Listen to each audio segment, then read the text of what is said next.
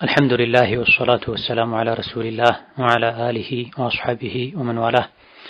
رب اشرح لي صدري ويسر لي أمري واحلل عقدة من لساني يفقه قولي. اللهم أعني وسددني واجمع لي بين الصواب والثواب. أما بعد መጀመሪያው ጥያቄ ባለቤቴ የደላላ ስራ ነው የሚሰራው እንዴት ይታያል? ማለትም ሴቶችን ፕሮሰስ አስጨርሶ ወደ ውጭ መላክ በተደጋጋሚ ይህን ስራ አቁም አልኩት እሺ ይለኛል፣ ግን የመቀየር ዓላማ የለውም። በዚሁ ከቀጠለ እኔ ምን ላድርግ? ያለው ቤት ቦታ ከዚሁ የተገኘ ነው፣ በጣም ጨንቆኛል የሚል ጥያቄ። አላህ በተከበረው ቃሉ ኩሉ ሚነ ጠይባት ወዕመሉ ሷሊሓ ብሏል። ሐላልን ንጹህን ከስብ ከስባችሁ ብሉ፣ መልካም ስራንም ስሩ ብሏል። አላህ አንድን ስራ ሐራም ካደረገ ከከለከለ በሸሪዓ አንድ ስራ ከተወገዘ ከሱ የሚገኘውም ገቢ የተወገዘ ይሆናል። አላህ ኸምርን ሐራም አደረገ። የኸምርን ሐራም መሆን የተከለከለ መሆን ያልሰሙ ሰዎች ከሌላ ሀገር ኸምር ጭነው ሲመጡ ኸምር እኮ ሐራም ተደርጓል ሲሏቸው ለነቢዩ አለይሂ ሰላቱ ወሰላም ልሽጠውና ገንዘቡን ልጠቀም እንዴ ብለው ሲጠይቁ አላህ እኮ አንድን ነገር ከከለከለ ከሱ የተገኘ ገንዘብም ጥቅምም ይከለክላል ብለዋቸው ደፍተውታል። ሴት ልጅ ያለ መሕረም ውጭ ሀገር መሄዷ በዲን የተከለከለ ነው። ቡኻሪ፣ ሙስሊም ሌሎችም በዘገቡት ትክክለኛ ሐዲስ ነቢያችን ሰለላሁ ዐለይሂ ወሰለም በአላህና በመጨረሻው ቀን የምታመን ሴት ያለ መሕረም ጉዞ እንዳትጓዝ ብለዋል። ጉዞ በአየርም ይሁን በባህርም ይሁን በባቡርም ይሁን ያው ነው። ያለ መሕረም ሴት ልጅ ወደ ውጭ ሀገር ከ80 ኪሎ ሜትር ርቆ ወደሚገኝ ክፍለ ሀገር መሄድ አትችልም። አይ ብላ ከሄደች ወንጀለኛ ናት። አላህን መልእክተኛውን አምጻለች። አማኝ ወንድና አማኝ ሴት አላህና መልእክተኛው አንድን ነገር ካዘዙ ሌላ አማራጭ ሊኖራቸው አይገባም መታዘዝ እንጂ ተብሏል በቁርአን። አይ ብላ ያለ መሕረም ወደ ውጭ ሀገር ለስራ ብላ የምትሄድ ሴት መሄዷ ወንጀል ከሆነ ወንጀል ላይ መተባበር ደግሞ በሸሪዓ የተከለከለ ነው። ወተዓወኑ ዐለል ቢሪ ወተቅዋ ወላ ተዓወኑ ዐለል ኢስሚ ወልዑድዋኒ ወተቁላህ። መልካም ስራ ላይ ተባበሩ፣ ወንጀል ላይ አትተባበሩ፣ አላህን ፍሩ፣ አላህ ቅጣቱ ብርቱ ነው ይላል።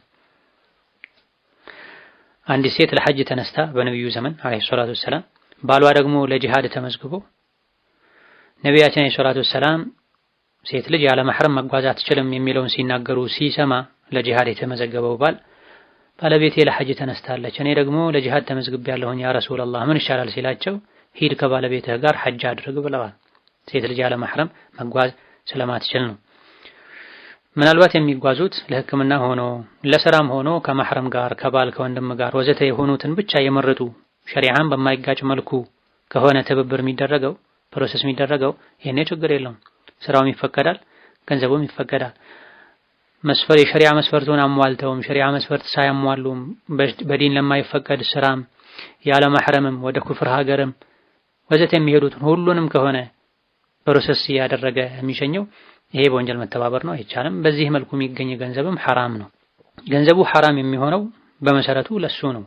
ሚስቱ ልጆቹ ሂድ ይሄን አይነት ስራ ሰርተህ ገንዘብ አምጣልን ብለው እስካልሸኙት ቀጥተኛ ተባባሪ እስካልሆኑ ድረስ እሱ በዱንያም በአኼራም እኔ ነኝ የምጠየቅበት ብሎ ሰርቶ ያመጣውን ተቀብለው መብላታቸው በመሰረቱ እነሱን ወንጀለኛ ያደርጋቸው። ነገር ግን ልክ እንደ ሐላል ገንዘብ በሐላል ስራ ተሰርቶ እንደመጣ ገንዘብ ደስ ያላቸው ሊበሉ አይገባም ተብሏል። ቀደምት ፊቅህ ሊቃውንት እንደጠቀሱት አባወራ የቤተሰብ ኃላፊ የሚሰራው ስራ ሐላል ካልሆነ ቤተሰቦቹ በስራው አይጠየቁም። ነገር ግን ሲበሉ ደስተኛ የሆኑ እስከ መጨረሻ እየጠገቡ መብላት የለባቸውም። ህይወታቸውን ለማስቀጠል ያክል ይበላሉ። በወንጀሉ የሚጠየቀው ስራውን የሰራው ሰው ነው ተብሏል። ስለዚህ በልብ ከመጥላት ጋር እሱን ደግሞ ደጋግሞ ከመምከር ጋር አላህ ከዚህ ስራ እንዲያወጣው ዱዓ ከማድረግ ጋር ለመኖር ያክል የሚያስፈልገውን መጠቀም ይቻላል። ደስተኛ አለመሆንን ከመግለጽ ጋር ዕለታዊና ሳምንታዊ እቁብ መሰብሰብና መጣል ከሸሪዓ አንፃር እንዴት ይታያል? ሰብሳቢውስ የሚያገኘው ኮሚሽን የሚል ጥያቄ ነው። ይህ ከአሁን ቀደም በዚሁ በዛዱል መዓድ ፈታዋ ፕሮግራም ላይ መልስ የተሰጠበት ጉዳይ ነው። በተወሰነ መልኩ ኺላፍ አለበት። የተወሰኑ ሰዎች ተሰባስበው ገንዘብ ያሰባሰቡ ከአባላት ለአንዱ የሰጡ የተጠራቀመ ገንዘብ ቀዳዳቸውን ቢሸፍንላቸው ዓላማቸው መረዳዳት መተባበር እስከሆነ ድረስና አፈዛዘሙ ላይ ሸሪዓን የሚቃረን ነገር እስከሌለበት ድረስ ችግር እንደሌለው የተለያዩ የፊቅህ ሊቃውንት ገልጸዋል። ቀደም ባሉ ዘመናት የነበሩ የፊቅህ ሊቃውንት እናቶች ጁማ ተገናኝተው ገንዘብ እያጠራቀሙ ለአንዷ እየሰጡ በሌላ ጊዜ ደግሞ ለሌላኛዋ እየሰጡ ቢረዳዱ ችግር እንደሌለው ገልጸዋል። በዘመኑ ያሉ የፊቅህ ሊቃውንትም ጀምዕየቱል ሙወዘፊን የሰራተኞች ማህበር በሚል እንዳሰቡት የተወሰኑ የከለከሉ አሉ። ጅምሁሮቹ አብዛኞቹ ፈቅደዋል። ባይሆን ትንሽ በሰፊው የሚያነጋግረው ሰብሳቢው የሚያገኘው ጥቅም በትክክል ስራውን ከመስራቱ ጋር ጥንቃቄ ከማድረጉ ጋር ገንዘብ ቢጠፋበት እንዲከፍል የማይገደድ ሆኖ የሚከፈለው የሰውን ገንዘብ በአማና በአደራ መልኩ ስለሚጠብቅ ከጠፋ ስለሚከፍል ሳይሆን ሌላ ስራ ቢሰራ ያገኘው የነበረውን ገቢ እቁብ እየሰበሰበ ሰዓት በማባከኑ ማግኘት ስላልቻለ በሌላ ሰው ተቀጥሮ ቢሰራ በየሳምንቱ በየወሩ በየዕለቱ የደቂቃዎች ስራ ሊሆን ይችላል። ያ በሰዓት ተሰልቶ ይሄን ያክል ሰዓት ሌላ አይነት ስራ ቢሰራ አንድ ሰው ሊያገኘው የሚችለውን ያክል ገንዘብ እንደ ሰራተኛ ታይቶ እየተከፈለው ከሆነ የሚሰራው ችግር የለውም። የመጀመሪያ ዕቁብም ለሱ ተደርጎ ሌላም የሚያገኘው ጠርቀም ያለ እጅግ በጣም ከፍ ያለ የበዛ ገንዘብ እንዲያገኝ ተደርጎ ቢጠፋም የጠፋው በምንም መልኩ ይሁን የሚችለውን ጥንቃቄ ከማድረግም ጋር ይሁን ግዴለሽም ሆኖ ይሁን ክዶም ይሁን ከጠፋበት በሁሉም ሁኔታ ላይ ይከፍላል የሚል አይነት ህጎችም ኖረውት ሲሆን ይሄ በተወሰነ መልኩ አወዛጋቢ ነው። እንዳጠቃላይ ግን ያፈዛዘም ስህተት ከሌለው ዕቁብ እንደሚቻል አብዛኞቹ የፊቅህ ሊቃውንት ይስማማሉ። አሻሚ አጠራጣሪ ከመሆኑ አንፃር ለዲኑ የሚጠነቀቅ ሰው እንዴተኛውም አባል ሆኖ እጣው ሲወጣ ወይም ሁሉም ከተስማሙ የመጀመሪያ ዙር ወይም የመጨረሻ ዙር የሚወስድ ሆኖ 1 ሰዓት 2 ሰዓት ለሚሰራ ስራ ተመጣጣኝ ክፍያ እየተከፈለው ብቻ ቢሰራና ዕቁቡ በኃላፊነቱ ስለሆነ ገንዘብ በመጠበቁ በማስረከቡ ክፍያን የመቀበሉ ጉዳይ አወዛጋቢ ስለሆነ ከዚህ በጠራ መልኩ ማስኬዱ ተገቢ ነው። ሌላኛው ጥያቄ ባለቤቴ ምንም አይረዳኝም፣ ልጆቼን የማለብሰው የማስቀራው ቤቴን የማስተዳደረው ራሴ ነኝ። ባለቤቴ ለቤትም ሆነ ለልጆቼ ምንም አያደርግም። ነገር ግን የባለቤትሽን እናት ከልጆችሽ እኩል መጦር አለብሽ፣ ሸሪዓው እንደዛ ይላል ተባልኩኝ። እውነት ሐቅ አለብኝ? የባለቤቴ እናት በጣም ያገሉኛል። ልጆቼን በመልክ ራሱ ምን እንደሆኑ አታውቃቸውም። እንዲሁም ባህሪያቸው በጣም ከባድ ነው። ይህ ነገር እንዴት ይታያል? እውነት እነሱን የመጦር ግዴታ አለብኝ ወይ? የባለቤትን እናት መርዳት ግዴታ የሚሆንበት ባለቤት ነው፣ ሌሎች ልጆቿ ናቸው። ባል ካላት ባሏ ነው እንጂ የልጅ ሚስት የባሏን እናት የመጦር የማብላት የማጠጣት የመንከባከብ ግዴታ አለባት ፈጽሞ አይባልም። አቅም ካለ ከተቻለ በመልካም ከሷ ጋር መኗኗር፣ መርዳት፣ መንከባከብ ኢህሳን ነው፣ መልካምነት ነው፣ በጎነት ነው። ወአሕሲኑ ኢነላሃ ዩሂቡል ሙሕሲኒን፣ መልካም ነገር አድርጉ አላህ መልካም አድራጊዎችን ይወዳል በሚለው ውስጥ ይካተታል። ባል ጥሩ ግንኙነት ቢኖረው እሷም ተባባሪ ብትሆን እናቱ ቅን ብትሆን ጥያቄው ላይ የተባሉ አይነት ችግሮች ባይኖሩ መልካም ላደረገ መልካም ይደረጋል። መጥፎም ለሚያደርግ ሰው ከተቻለ መልካም ማድረግ ኸይር ነው፣ ጉዳት የለውም። ግን ዋጅብ ነው፣ ግዴታ ነው። ልጆችሽን ጥረሽ ግረሽ አባታቸው የጣላቸው ልጆችን እንደምትንከባከቢው እሷንም ተንከባከቢ የሚል ሸሪዓ የለም። ላ ዩከልፉ ላሁ ነፍሰን ኢላ ውስዐሃ። ሸሪዓው ይሄን ግዴታ ያደርጋል የሚሉ በግምት የሚናገሩ ሰዎች ለራሳቸው ሊያዝኑ አላህን ሊፈሩ ሸሪዓን ከማስጠልሸት ሊጠነቀቁ ይገባቸዋል። ሌላኛው ጥያቄ እኔ ከባለቤቴ ጋር ከተጋባን ጀምሮ አንድ ላይ አይደለንም። ከተጋባን 7 ዓመት ከ6 ወር ሆነን እሱ ጋር አብሬ የተቀመጥኩት 15 ቀን ብቻ ነው። ፍታኝ ስለው እምቢ አለ። እሱ አግብቶ የኖረ ነው። ከሀገር ከገባ በኋላም በብዙ ሰው አስለመንኩት፣ እምቢ አለ። በመጨረሻም የሳውዲ 10,000 ሪያል ጠየቀኝ። የሱም የኔም ዘመዶች 5,000 እንዲከፈል ቢጠይቁትም እምቢ አለ። ሽማግሌ ይሰብሰብና እነሱ ይፍረዱ ተባለ። በዚህም አልስማማም አለ። እኔም አማራጭ ሳጣ ብሩን ለመክፈል ወሰንኩ። በኢትዮጵያ 400,000 ላኩና ብሩ ተልኳል ፍታ ሲባል እምቢ አለ። በሸሪዓ ፍርድ ቤት ከስሼ ኒካሄን ማውረድ እችላለሁ ወይ? ብሩን ስልክ ደግሞ የሳውዲ 9300 ሪያል ነው የላኩት። ብሩን በመቀነሴ ወንጀለኛ ወይም ማታለል ይሆንብኛል ወይ የሚል ጥያቄ። በመሰረቱ መመለስ ግዴታ የሚሆነው ለሱ መክፈል ግዴታ የሚሆነው ስትጋቡ ያወጣውን ወጪ የሰጠውን መህር ብቻ ነው። ከዛ በተረፈ እሱ የፈለገውን ያክል መጠየቅ ይችላል ወይ? በተወሰነ መልኩ በሊቃውንት መካከል ኺላፍ ያለበት ጉዳይ ነው። አዎ የፈለገውን መጠየቅ ይችላል ያሉ አሉ። ሌሎች ደግሞ አይ ዙልም ነው፣ ግፍ ነው፣ በደል ነው፣ ከሰጠው በላይ መጠየቅ አይችልም ብለዋል። ትክክለኛውም ይሄ ነው። የሰጠውን እንኳን ቢሆን መመለስ ግዴታ የሚሆነው እንለያይ ኒካህ ይውረድ የሚለው ጥያቄ የመጣው ከሚስት ከሆነ ነው። እሱ ሁሉን ነገር አሟልቶ እንዳቅሙ እያኖረ በሱ ችግር ሳይሆን በሷ ፍላጎት ወይም በሷ ችግር ትዳር ፈርሶ ከሆነ ነው ከኒካሁ ጋር በተያያዘ ያወጣውን ወጪ ሁሉ ኪሳራውን መመለስ አለባት የሚባለው። እሱ የሆነ ነገር አጉድሎ እንደ ባል ሚስቱን ማስተዳደር ሳይችል ቀርቶ ተጎታ ተበድላ ከሆነ ፍቺ የምትጠይቀው ማህሩንም ቢሆን የመመለስ ግዴታ የለባትም።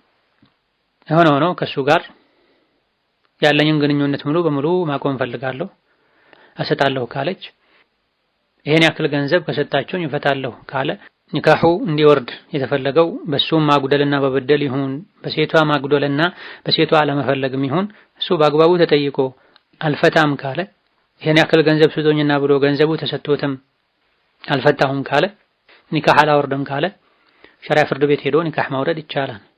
የፍርድ ቤቱን ኒካህ ማውረድን ሂደት ቅደም ተከተል ተከትሎ ጥሪ ቀርቦለት ሸሪዓውን የጠበቀ አካሄድ ተከትሎ ኒካህ የሚያወርድ ቃዲ ኒካሁን ካወረደ ጉዳዩ ያልቃል። ገንዘብ ስጡኝና እፈታለሁ ሲል ገንዘቡ ሲደርሰው ኒካሁ ይወርዳል ማለትም እንችላለን። ግን ከሱ ጋር ያለን ጭቅጭቅ ከማቆም አንፃር እሱ መፍታትን ፈልጎ ሳይሆን መጫወትን ፈልጎ የሚሄደው የራሱ አካሄድ ኖሮት መንገዱ ዙሩ ሊረዝም ስለሚችል እሱንም ባጭሩ ለማስቆም አላህን የማይፈራ ሰው ሆኖ በየጊዜው የመጣ እንዳይረብሽም በሸሪዓ ፍርድ ቤት ኒካሁን አስወርዶ የፍቺ ወረቀት ለሱ እንዲደርሰው ማድረግ የፍቺ ወረቀት መያዙ የተሻለ ይሆናል። ኒካህ ባሪያነት አይደለም። ፈኢምሳኩን ቢማዕሩፍን አው ተስሪሑን ቢኢሕሳን በመልካም ማኖር ካልሆነ በመልካም መሸኘት ነው። ሴት ልጅ ልትፈታ 400 ምናምን ሺህ ብር ማውጣት ለሱ መስጠት የለባትም። ምናልባት ዕዳ ኖሮባት እሱ ሲያገባት ይሄን ሁሉ ወጪ ያስወጥታው ወዘተ ከሆነ ነው እንጂ ይሄ ፍትህ ነው አግባብ ነው የሚባለው። በመቶ ሺዎች የሚቆጠሩ ብሮችን ሰተሽኝ ነው እንጂ አልፈታም ማለቱ እሱ ትክክል አይደለም። ሆኖም እሷ ራሴን ለመገላገል እሰጣለሁ ካለች ከተስማማች ልትሰጥ ትችላለች። ለሱ ሐላል ይሆንለታል አይሆንለትም ሌላ ነገር ነው። አላህ ዘንድ የሚመለስ ይሆናል ያለ አግባብ ከሆነ ይሄን የሚያደርገው። ከዛ ላይ እሱ የተወሰነ ገንዘብ ማስቀረቷ ዙልም ነው ማታለል ነው አይባልም። ሌላኛው ጥያቄ የእናት አጎት ማግባት በሸሪዓው እንዴት ይታያል? የእናት አጎት የአባት አጎት አጎቶች ናቸው። እነዚህ የወላጆች አጎት ለልጆች አጎት ናቸውና አጎትን ማግባት እንደማይቻለው ሁሉ የወላጆችን አጎትን ማግባት አይቻልም። አጎትነቱ በመዋለድም ይሁን የሸቂቅ አጎትም ይሁን በአንድ በኩል ብቻ የሚገናኙት አጎትም ይሁን በጡት መጣባት ምክንያት የመጣ አጎትነትም ይሁን የራስ አጎትን ለሴት ልጅ ማግባት እንደማይቻለው ሁሉ የወላጆች አጎትን ማግባት አይቻልም። የራስ አክስትን ማግባት እንደማይቻለው ሁሉ የወላጆች አክስትን ለወንድ ልጅ ማግባት አይቻልም። ሌላኛው ጥያቄ ለሐጃ ሱረት ያሲን ከድህነት ለመጠበቅ ሱረት አርራህማንን መቅራት እንዴት ይታያል? የለም እንደዚህ የሚል ትክክለኛ ሐዲስ። ስለ ያሲን ብዙ የተነገሩ ሐዲሶች አሉ፣ ضعيف ናቸው። ትንሽ ሶሒህ ነው ከተባለም ኢቅረኡ ዐላ መውታኩም ያሲን የሚለው ነው። ይሄንም በርካታ ሊቃውንት ضعيف ብለውታል። እሱንም ለሞቱ ሳይሆን የሞት አፋፍ ላይ ላሉ ሱረቱ ያሲን ቅሩ የሚለው ሐዲስ ብቻ ነው ሶሒህ ከተባለም በያሲን ዙሪያ ከተነገሩ ሐዲሶች ሶሒህ ነው ማለት የሚቻለው። ከዛ ውጭ ያሉ በሙሉ ለሐጃ ለጉዳይ ያሲን ቅሩ የሚል ከነቢዩ አለይሂ ሰላቱ ወሰላም የተነገረ ሐዲስ የለም። ለድህነትም ሱረቱ ረህማን ሳይሆን ብዙ ጊዜ የሚነገረው ከአብዱላህ ኢብኑ መስዑድ ሱረቱ አልዋቂዓ ነው። እሱም ቢሆን ሰነዱ ضعيف ነው። በሸሪዓ ሰበብ ያልተደረገን ነገር ሰበብ ማድረግ ዲን ላይ አዲስ ነገር መፍጠር ነው የሚሆነው። ለሐጃም ለሪዝቅም በጥቅሉ ሊረዳ የሚችለው ኢስቲግፋር ነው በጥቅሉ የተነገረው። فقلت استغفروا ربكم إنه كان غفارا يرسل السماء عليكم مدرارا ويمددكم بأموال وبنين ويجعل لكم جنات ويجعل لكم أنهارا በሚለው የቁርአን አንቀጽ መሰረት ኢስቲግፋርን ማብዛት ከጭንቀቶች እንደሚገላግል ዚክር እንዳጠቃላይ ዱዓ ከጠቅላላ የሸሪዓ መረጃዎች መረዳት ይቻላል እንጂ ከቁርአን ሱራዎች የሆነን ሱራ መዞ በትክክለኛ ሐዲስ ሳይነገር ለዚህ ይበጃል ማለቱ ተገቢ አይደል። ሌላኛው ጥያቄ ስለ ሰበብ ቢያብራሩልኝ። ለምሳሌ አንዲት ሴት ለማግባት እንዴት ነው ሰበብ ማድረግ ያለባት? አንዳንዶቹ መጻጻፍ፣ መደዋወል ከአጅነቢ ጋር ማለቴ ነው።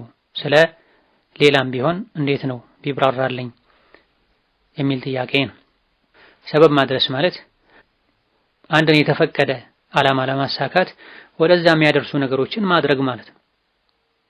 የታመመ ሰው ፈውስን ለማግኘት ሩቃ ማድረግ፣ ሐኪም ቤት ሄዶ መድኃኒት መውሰድ፣ ገንዘብ ማግኘት የሚፈልግ ሰው ገንዘብ ለማግኘት መስራት ያለበትን ስራ መስራት፣ ልጅ መውለድ የሚፈልግ ሰው ለመውለድ ማግባት ወዘተ ማለት ነው።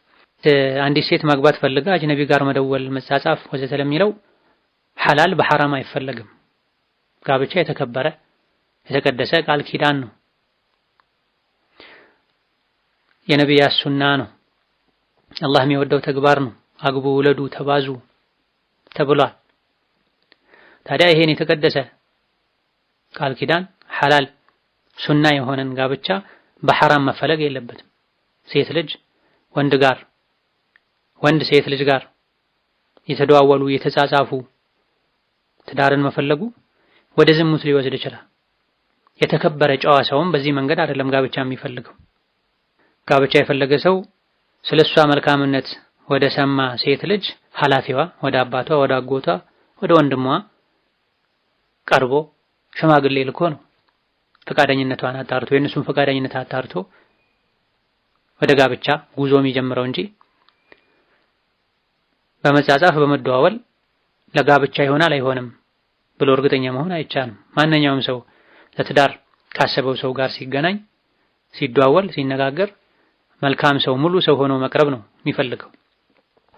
አንዲት ሴት በምን መልኩ ነው ለትዳር ሰበብ ማድረስ ያለባት? ወንድስ በምን መልኩ ነው ሰበብ ማድረስ ያለበት? ከቤተሰብ ጋር፣ ከጓደኛ ጋር፣ ከጎረቤት ጋር ያለን ግንኙነት በማሳመር ነው። የመጀመሪያው ዱዓ ነው፣ ርዝቅ ነው። አላህ ያለው ይመጣል ብሎ መጠበቅ ነው። ሷሊሁን ከሐራም የሚጠብቀኝን የምጠብቀኝን ጌታዬ ሆይ ስጠኝ ብሎ ዱዓ ማድረግ ነው የመጀመሪያው መፍትሄ በቀደር ከማመን ጋር። ከዛ በኋላ ደግሞ ከሰዎች ጋር ያለን ግንኙነት ማስተካከል ነው። መስጂድ ላይ፣ ትምህርት ቤት ላይ፣ መድረሳ ላይ፣ ሰርግ ላይ፣ ሐዘን ላይ፣ ጉርብትና ላይ ከዙሪያችን ካሉ ሰዎች ያለን ግንኙነት ያማረ ከሆነ ጥሩ ስነ ምግባር ካለን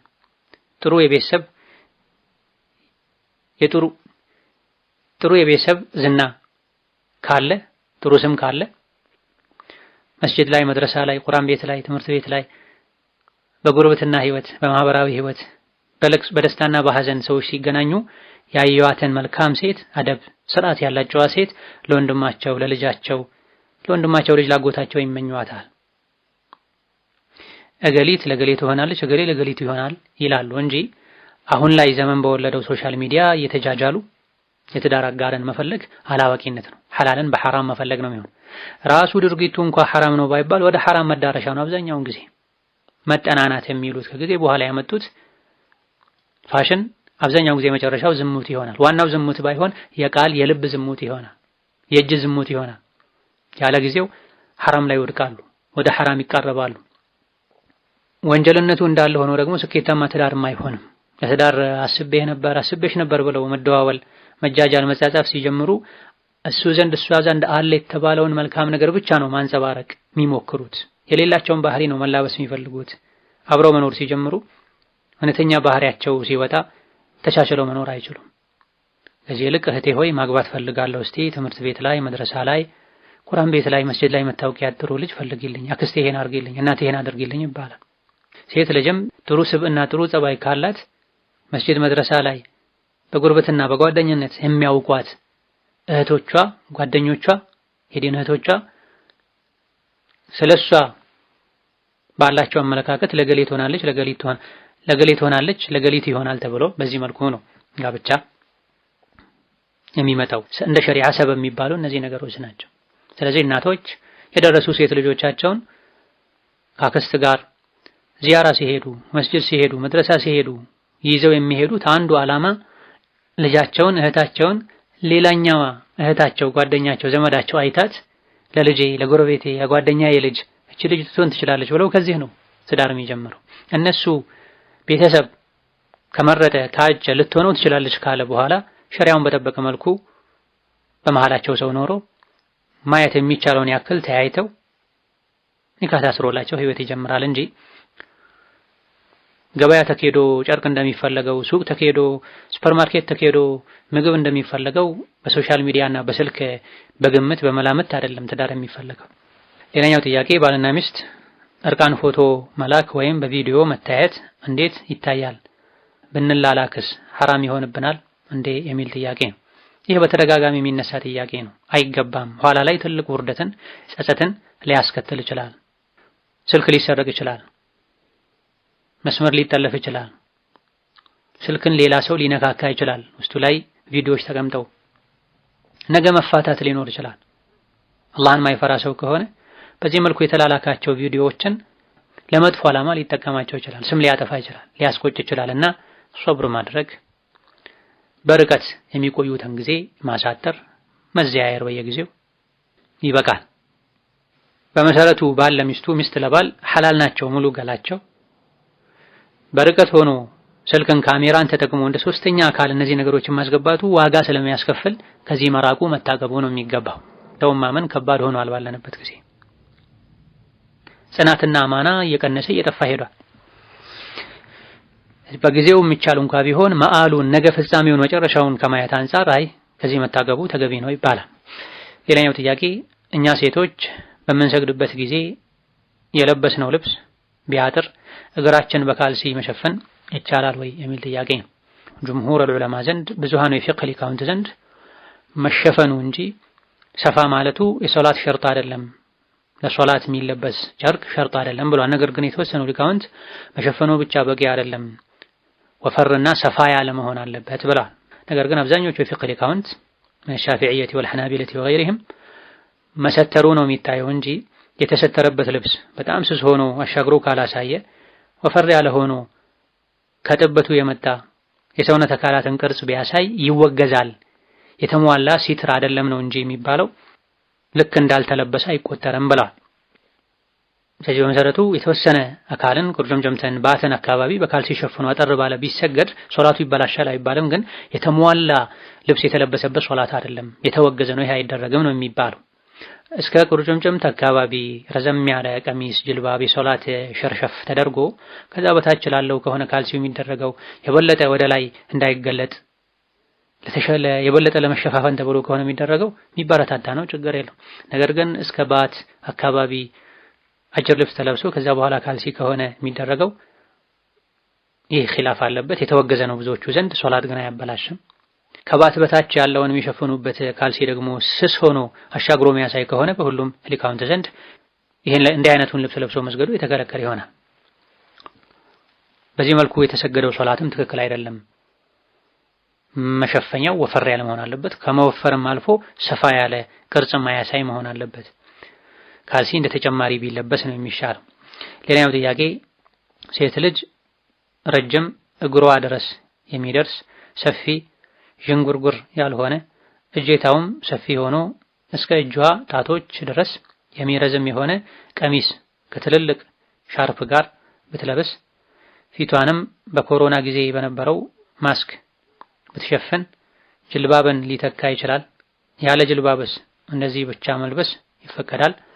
ቁርአን ላይ የተነገረው ሐዲስ ላይ የተነገረው ሱሐባ ሴቶች ያደርጉት የነበረው ጅልባብን ሰፋ ያለ ከስር የተለበሰ ልብስን ሁሉ ደርቦ የሚሸፍን ጅልባብ ማድረግ ነው። ጅልባቡ ላይ ኒቃብ ማድረግ ነው። ስለዚህ አስሉ ጅልባብ ነው። የሙስሊም ሴት ልብስ አስሉ በመሰረቱ መሆን ያለበት መነሻ ዝቅተኛው ጅልባብ ላይ ኒቃብ ማድረግ ነው። ይሄ ማድረግ ያልቻለ ሰው የተጠቀሱ አይነት አለባበሶች ከዚህ ዝቅ ብሎ ካሉ ጉርድና ዥንጉርጉር ጠባብ ልብሶች የተሻሉ ናቸው። የተሟላው ጅልባብና ኒቃብ ነው። ያ ማድረግ ያልቻለ ዥንጉርጉር ያልሆኑ እስከ እጅ ጣቶች፣ እስከ እግር ጣቶች፣ እስከ ቁርጭምጭምት የሚሸፈን ከዛ በታች ያለው በካልሲ የሚሸፈን ከሆነ የግድ ጅልባብ ካልሆነ ይሄ ጅልባብ አይባልምና ጉርድ ይሻለዋል ፈጽሞ አይባልም። ደረጃዎች ናቸው። የተሻለው የተሟላው ደረጃ ጅልባብና ኒቃብ ነው ከጓንትና ከካልሲ ጋር። ይሄን ሁሉ ማድረግ ያልቻለ ሰው ጅልባብ አድርጎ ጓንትና በማስክ በሻርፕ ፊቱን የተወሰነውን ያክል ቢሸፍን የተሻለ ነው ሙሉ ፊት ከመግለጥ። ሱሪና በጣም አጭር ጠባብ ከሚለብሱ ደግሞ ሰፋ ያለ ጉርድና ሻርፕ የሚለብሱት የተሻሉ ናቸው። ሸሪዓችን መልካምን ነገር ሙሉ በሙሉ ሰዎች እንዲሰሩ ያዛል። ሙሉን ካልቻሉ የተወሰነውን እንዲሰሩት ያበረታታል። ወንጀልን ሙሉ እንዲተው ያዛል፣ ይመክራል። ሙሉን ካልተውት የተወሰነውን እንኳን እንዲቀንሱት ያዛል። ሚን መቃሰድ ሸሪዓ ነው ይሄ። ሸሪዓ የመጣው አላህ የሚጠላውን ነገር ሙሉ በሙሉ ለማጥፋት ካልተቻለ ለመቀነስ፣ አላህ የሚወደውን ነገር ሙሉ በሙሉ ለማዳረስ ለማስተግበር ካልተቻለ የተወሰነውን ያክል ለማስተግበር። ሌላኛው ጥያቄ ባለቤቴ በቂ የሆነ ለመጠቃቀሚያ የሚሆን ገንዘብ አይሰጠኝም፣ ማለትም ለትራንስፖርት፣ ለማህበራዊ ኑሮ መሰል ነገሮች እና እሱ ሳያውቅ ከኪሱ ገንዘብ ብወስድ ሐራም ይሆንብኛል። ለቤትና ለቤተሰብ መሰረታዊ የሚባሉ ነገሮችን ለመሸፈን የሚበቃን ወጪ ካልሰጠ መሰረታዊ የሚባሉ ለቤት የሚያስፈልጉ ነገሮችን ለማሟላት የሚያስፈልገውን ያክል የጎደለውን ከኪሱ መውሰድ ይቻላል ባያውቅም። ነቢያችን አለይሂ ሰላቱ ወሰላም ፈቅደዋል። ትራንስፖርት የሚባለውም ትራንስፖርቱ ወዴት ለመሄድ ነው? የቤት አስቤዛ ለመግዛት፣ ሐኪም ቤት ሄዶ ለመመለስ ወዘተ ከሆነ ግዴታ ለሆኑ ነገሮች ከሆነ ትራንስፖርትም መሰረታዊ ፍላጎት ውስጥ ይገባል። ለማህበራዊ ህይወት የሚለው ግን የዞሩ ሰውን ለመጠየቅ ግዴታ ላልሆኑ ለቤት ሳይሆን ለግል የውጭ ግንኙነትን ለማሳመር ለሚያስፈልጉ ነገሮች ከሆነ ይሄ አይቻልም። ባልን መጠየቅ እምቢ ካለ ውጪ ሳያስፈልገው ማሳካት የሚቻለውን ያክል ማህበራዊ ህይወትን ማሳካት ካልሆነ ግን ለዚህ ያለ ባል ፈቃድ መውሰዱ ለቤት እንደመውሰዱ አይደለም።